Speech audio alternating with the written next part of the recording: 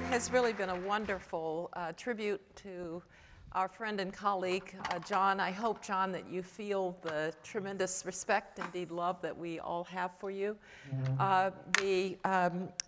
The job that I have is to do this in a way that we get to the reception forthrightly, but I don't want to skip over what we're about to do now. And that is first and foremost to remember that John has touched so many lives. He taught Econ 1 here forever, and I can't tell you how many people's lives he touched in that way. But I have to close my part of this by saying something about John at the Hoover Institution. Okay. Because John is the George P. Schultz Senior Fellow at the Hoover Institution. And there could not be a more fitting title for John than that. Because what did George Schultz represent? He represented someone who, as an economist, had a tremendous impact on the academy in his work through labor economics and as dean of the Chicago Business School. He had an impact, of course, on the field, and he had an enormous impact in government. And he had an impact on the Hoover Institution. In fact, it's hard to think of the Hoover Institution without George Schultz. And it's equally as hard to think about what the Hoover Institution would be without the contributions of John Taylor. Whether it is the monetary conference, the monetary policy conference that you will all attend tomorrow, to John's extraordinary work in creating and sustaining and nurturing the Economic Policy Working Group, the many, many, many convenings that John did for Hoover supporters, at Hoover for Stanford students who perhaps just wanted a little bit of access to, shall we say, a slightly different viewpoint at Stanford University. John has been a stalwart of the Hoover Institution and remains so. So my last task, my last honor is to thank you, John, for what you have done for the Hoover Institution as well as for Stanford, for our country and for our world. And then to hand it off to Jen to represent the family. Unfortunately, Allyn, as I understand it. Yeah, can the family stand up here? Yes, right, yes. That's great.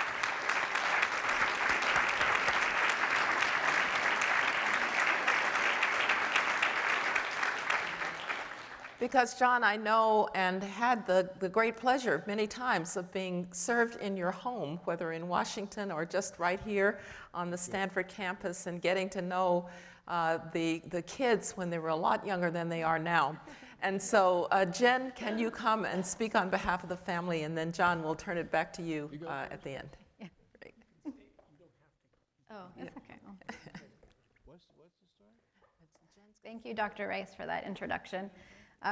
It's impossible to express how sad my mom is that she can't be here today. She was really looking forward to it. Good news is she's going to be okay. She has a terrible, terrible, terrible cold, and she had to make the hard decision today to not come. But she's watching from home. It's amazing that we have technology these days, so she's doing the live stream.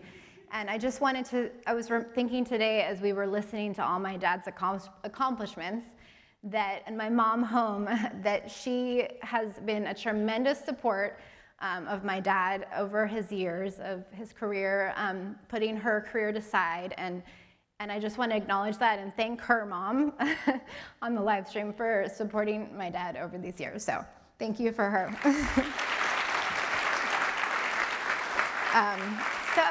So I'm going to attempt to fill in for her today, as she was going to give some remarks that she worked hard to prepare.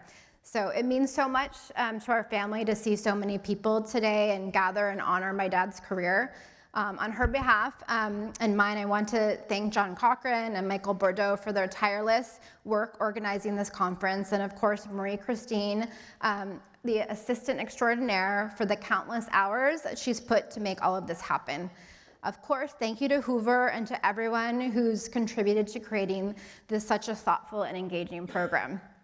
As we look through the agenda, we were struck by how well each session really reflected my dad's deep love for economics and his unwavering belief in the power of public policy to improve lives. But in reviewing the program, my mom noticed one small omission, something only she could really fill in, having been on the journey with him from the very start. And that's, how did he actually even end up in this particular career?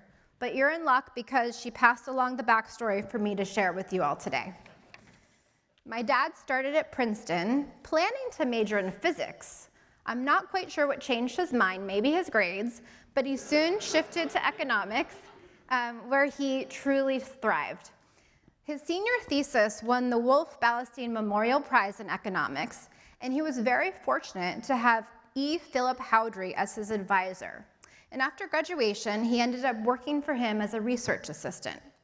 When Howdrey asked about my dad's future plans and learned he was intending to go to Stanford Business School, he told him that was a big mistake.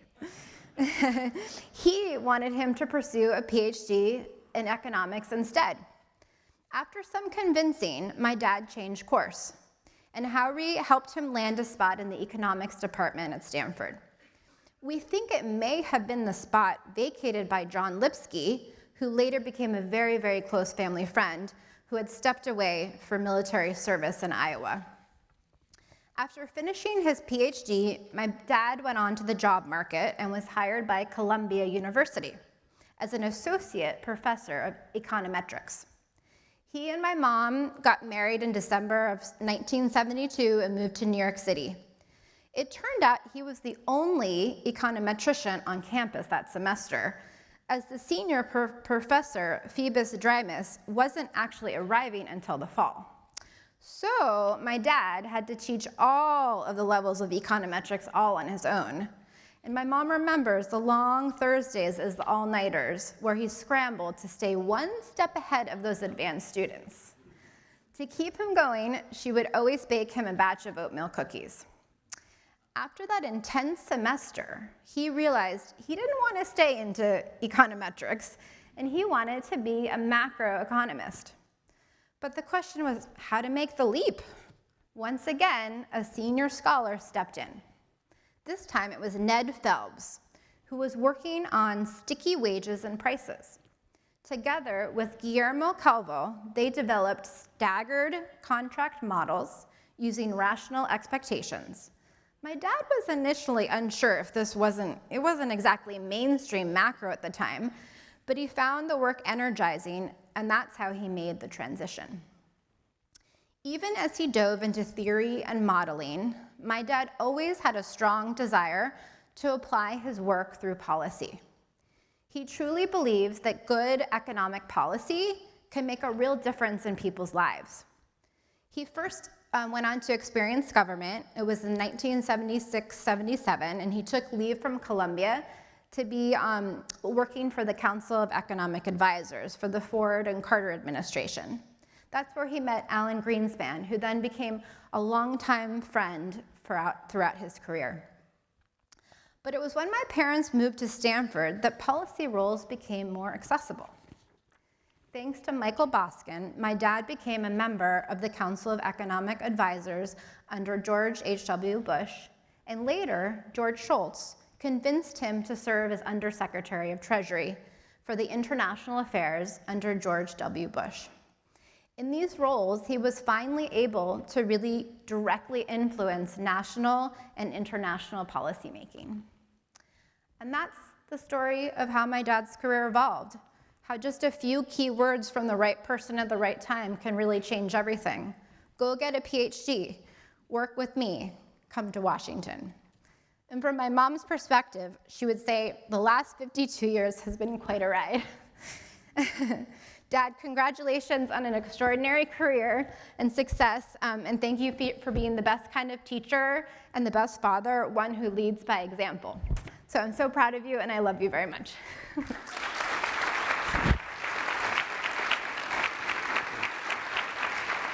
I'll move my papers.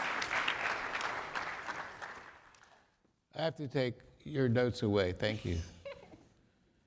Thank you for being here today. It's just a wonderful experience to me. I want to begin by thanking Stanford and the Hoover Institution.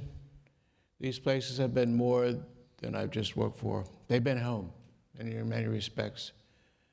They've given me the freedom to follow ideas wherever they lead. The colleagues to challenge and inspire me. And the students who constantly remind me why this work matters. I can't imagine a more rewarding place to have spent my career. I have felt thanks to Condi Rice. Thank you, Condi. Your remarks meant a great deal to me. You've been a trusted colleague and a friend, and I'm grateful for your support and for the wisdom you shared with everyone today. I also want to thank John Cochran. He's sitting there in the first row. Michael Bordeaux, wherever he is. Michael, where are you? There's Michael, okay. And Marie-Christine Slakey, where are you, Marie-Christine? There you are, okay.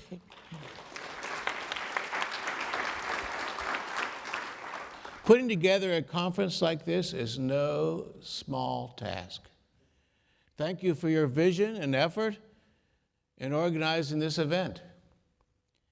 It's humbling to see so many colleagues, friends, and family gathered to reflect on the work I have been privileged to do. Finally, and most importantly, thank you to my family. They're right there. Your support, patience, and encouragement have been the foundation for everything I've been able to pursue throughout my career. Thank you all again for being here and making this a very meaningful day. Thank you.